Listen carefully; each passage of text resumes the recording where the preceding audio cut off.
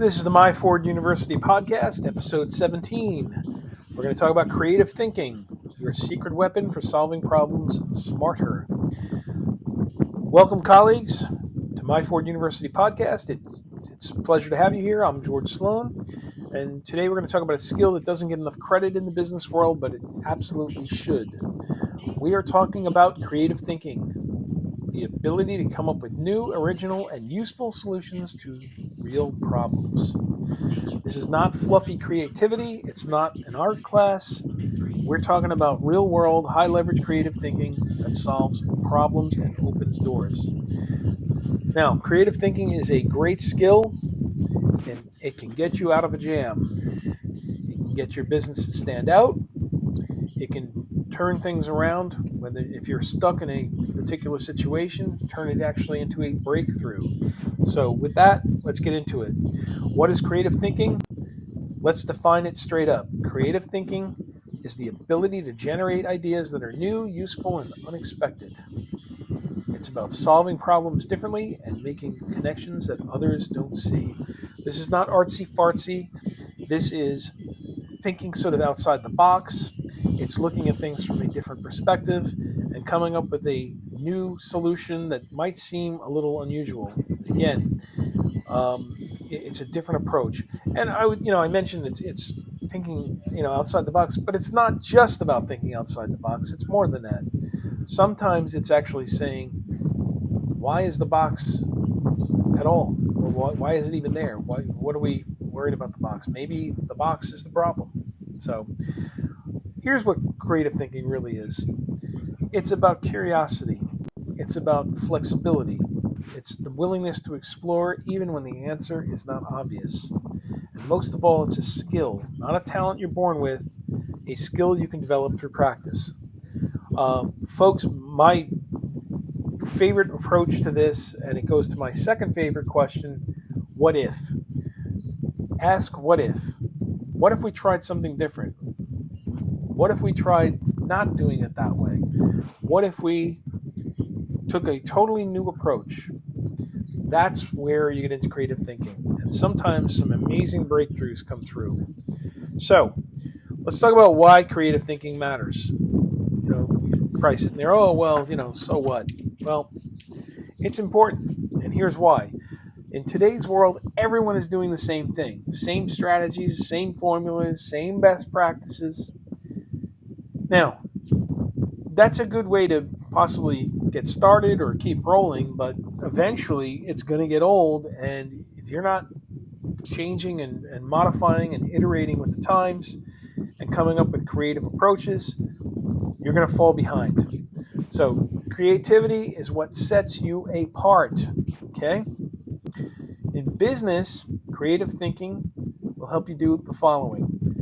You can cut through the noise. You can unlock new markets. You can fix old problems. You can save money. You can save time. You can save energy. It builds better products, not just cheaper ones. Sometimes you get what you pay for, so be careful with that.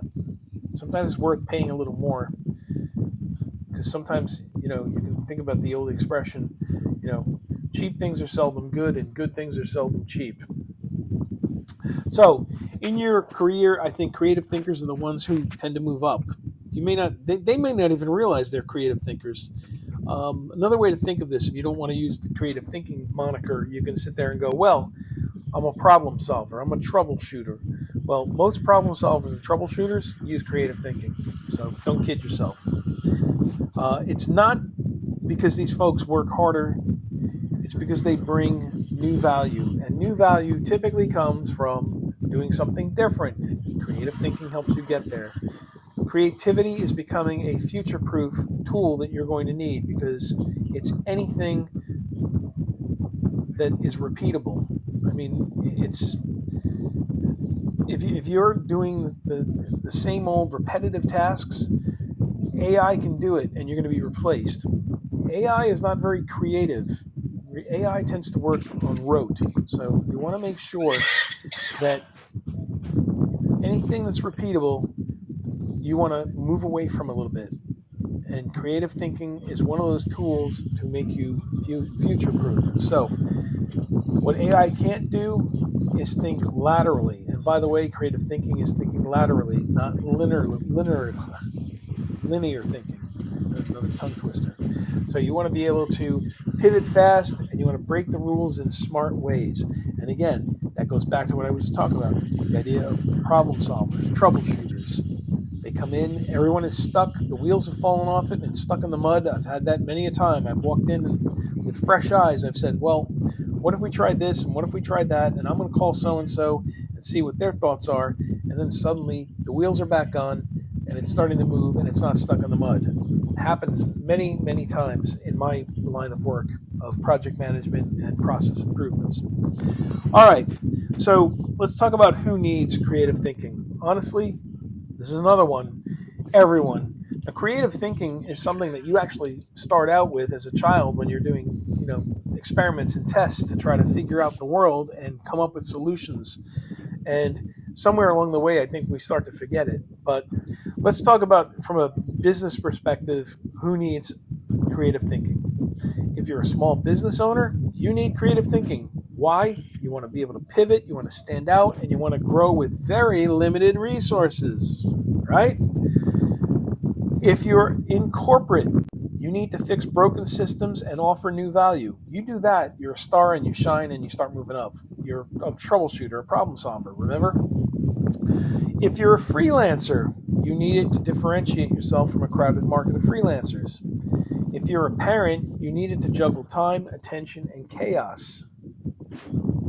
Often parents multitask, but they find ways to do things, they call it hacks these days, but you find ways to do things that are unusual or different, and creative thinking is where the wellspring of all of those things. If you're a student or an educator, you need it to teach and learn more effectively, right? So the bottom line is, anyone who solves problems benefits from thinking more creatively.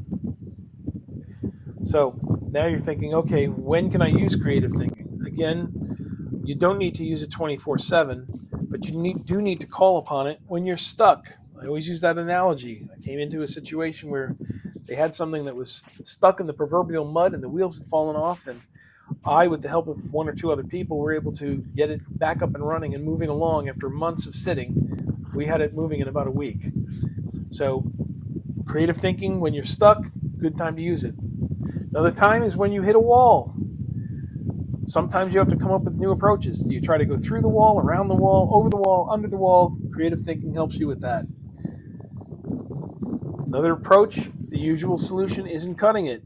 Things change. Times change. Technology changes. And you've got to change with it. And creative thinking helps you come up with new ways, faster, better, cheaper sometimes, to do it, right? Another approach, if you're facing some kind of a constraint, say you're a small business and you don't have a big budget, or you have limited time, or you don't have enough people, sometimes you have to get creative. Entrepreneurs, their whole day is spent, troubleshooting problems and coming up with creative ways to get the job done. All right. If you want to stand out instead of blending in, again, if you become a troubleshooter or a problem solver, you become in demand and your star starts to shine and starts to rise. Creative thinking is a tool. You pull it out when the job calls for it, right? Along with all the other thinking methodologies. Again, you should check out myforduniversity.com, the blog. There's plenty of thinking methodology articles there to get you the juices flowing and get you going on new approaches to thinking. Again, all things you should have learned in college, but you don't need to do 4 years and spend hundreds of thousands of dollars to get it. All right, where does creative thinking apply? Well, that's what I love about creativity. It applies almost anywhere and everywhere, right? So let's give a couple examples. In business strategy, what if we stopped selling and started educating? So a slightly different sales model. In product design, what if we simplified this to one button? That's what Steve Jobs was all about. And the guy from Braun, Dieter Rams, I think his name was, he always pushed to simplify it to one button. In operations, what if we flipped the process entirely? right? That flip process, doesn't that sound like inversion thinking? We talked about that. Or even first principles thinking. All right, you could also use it in your personal life. What if I worked 4 days and made more by specializing? Listen, this is not about being random. It's about being intentional with different options. There's more than one way to skin the proverbial cat, they say. So always have a couple different approaches. Always be willing to listen to other approaches. I sometimes get doses of inspiration by listening to other people, and I'll take something they say and turn it a little bit for my situation and come up with a creative new solution. And you can do the same. It's not that complicated. All right, my favorite part. How do we think creatively? Well, I'm going to give you my 6-step approach to building this particular creative thinking muscle. Okay? Step 1, it's always the same approach that we start with. Define the real problem. Make sure you're fixing the right thing or adjusting. Most people try to fix the symptoms. You don't want to put a Band-Aid on a major laceration. You're going to need stitches. So make sure that you get to the real problem. Okay? Creative thinkers dig a lot deeper than the average person. They use the 5 whys and ask, what's really going on here? What are the 5 whys? That gets back to root cause analysis, the fishbone diagram. It's part of root cause analysis. Again, there's an article on myforduniversity.com. You want to learn more about that. But ask a number of whys until you get to the real problem. Now, once you've defined the real problem, you can move on to step 2. You're going to challenge every assumption. There's that word I can't stand. Don't ever accept this is how we've always done it. I've told that story before. Just because it's the way you've always done it doesn't mean it's the way you're going to continue to do it, because you may have no choice. When I coach or consult, I avoid the word assume. I say we suspect or we conclude. Again, my NASIC model. No assumptions, suspect, investigate, and conclude. NASIC. This keeps you honest and it keeps you open to new thinking. Again, we've talked about intellectual curiosity and having an open mind, right? Then you're ready for step 3. Go for quantity fast. Now, I've talked about brainstorming. There's also an article on that on the website. You can brainstorm alone or you can brainstorm with other people. I recommend with other people sometimes because you'll get pieces of ideas that you can put together and come up with great solutions. But you want to go for quantity, just like in brainstorming. Most people will stop after 3 ideas. That's a big, big mistake. You need 15 to 20 good ideas to get some good stuff. Some of it's going to be crap, some of it's going to be mediocre, and some of it's going to be good, and you may even get one that's great. You want to use mind maps, you want to use prompts, you even want to do random word generators if you have to. Volume leads to quality. So quantity in this particular case is a good thing because you will get to the quality ideas. Now, once you've done that and you've culled the better ideas and put them to the top, you want to move on to step 4. You want to remix the existing ideas. Creativity doesn't have to be 100% original.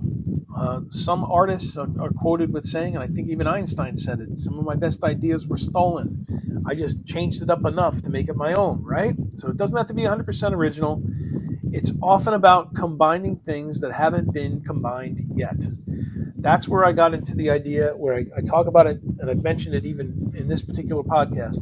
Some of my best ideas come from listening to someone else's idea and another guy's idea, and I take the 2 ideas and I create a third idea that comes up with something that is quality. That's why it's sometimes good to collaborate in a small group. Okay, you want another example? The smartphone.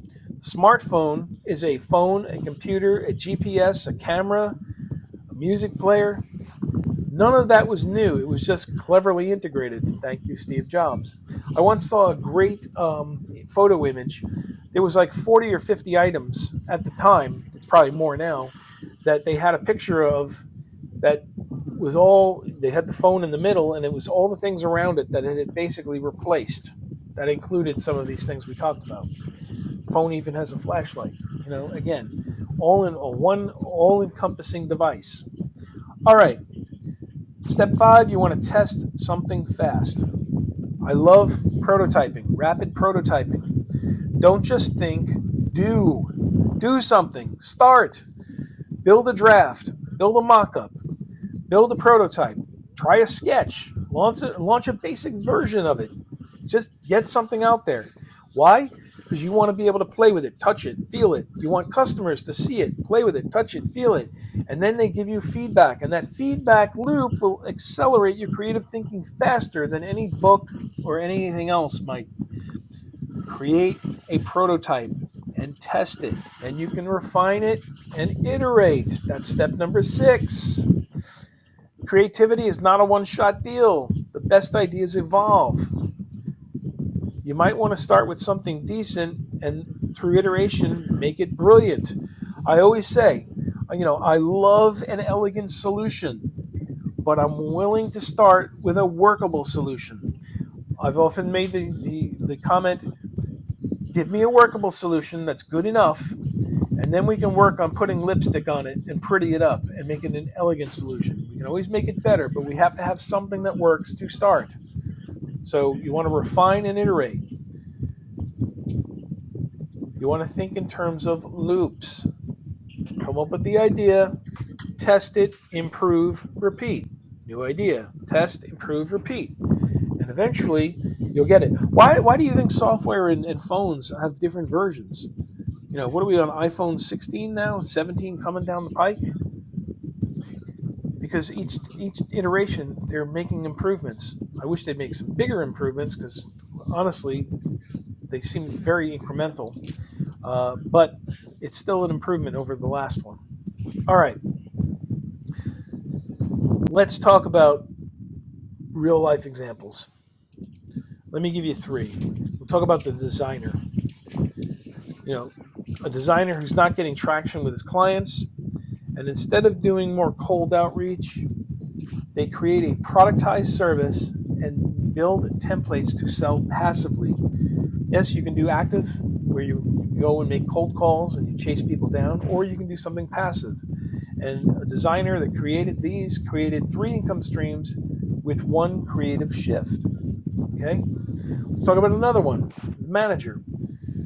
Managers, in many cases, are swamped in meetings. Sometimes they're double and triple booked. I don't know how they're so disorganized, but whatever. But instead of working harder, I knew a manager who canceled half her meetings and moved the updates to a video and then empowered her team to make more decisions without her. Sometimes managers get stuck in micromanaging and they need to learn how to delegate. When you start moving from being a pure manager to a delegator and someone who solves problems and eliminates blockers, you then move into being a leader. We'll be talking more about that on My Fort University. Anyway, boom, in 5 hours, she just saved 1 week.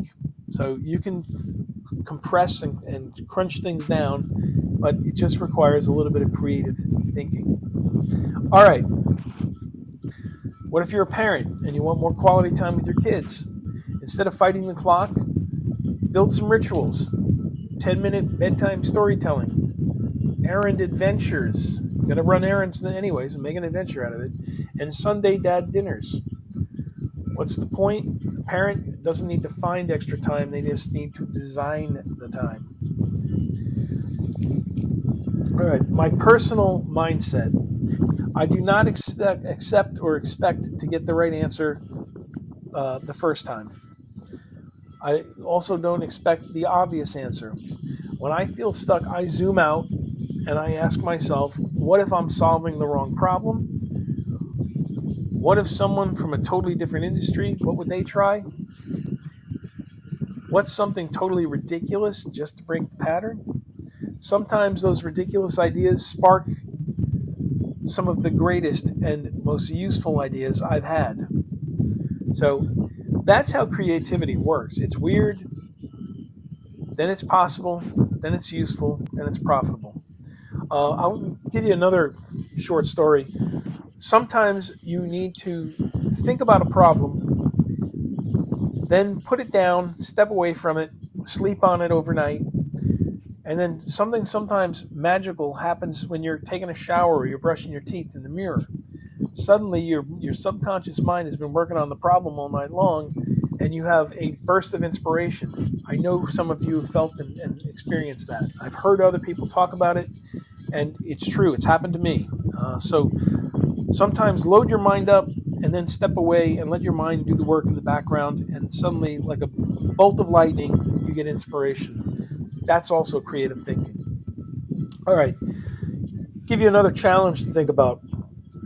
Pick a problem that you're stuck on, write down your assumptions that you've been making, flip the assumptions, and set a timer for 10 minutes. Come up with 15 different ideas. Then try one, even if it's odd.